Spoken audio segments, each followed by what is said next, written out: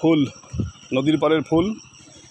আমাদের বলে, এদিকে বলে কুচুরি পানার ফুল।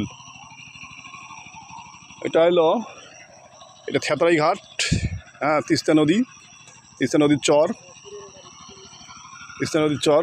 আমাদের থেতরার চেয়ারম্যান সাহেব এখানে, তিনি ঘুরে ঘুরে দেখতেছেন চর এলাকা কীভাবে ডেভেলপ করা যায়। পানি শুকিয়ে গেছে,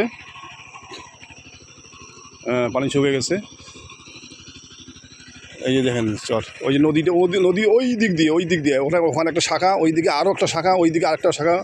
ওই যে বড় বড় গাছ দেখা যায়, ওইটা ছিল আসল থেতরাই বাজার।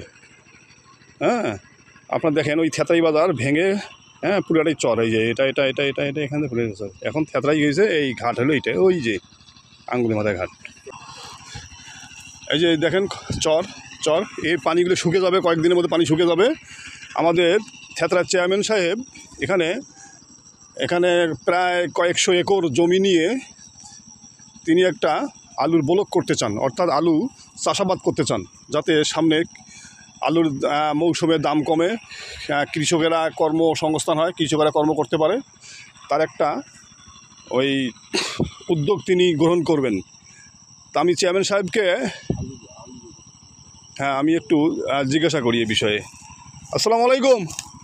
ওয়ালাইকুম সালাম। চেয়ারম্যান সাহেব, আপনি এই যে তিস্তা চরের পারে আসছেন, আপনি শুনলাম নাকি এখানে আলুর ব্লক না কি করবেন, আপনি কি করতে চাচ্ছেন একটু বলেন।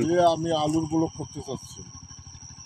আমি একটা বড় ধরনের আলুর প্রজেক্ট করবো এখানে, যাতে আমার ইউনিয়নের লোক মৌসুমের সময় কম দামে আলুটা পায় এবং ব্যাপক কর্মসংস্থান কৃষকরা কাজ করতে পারে।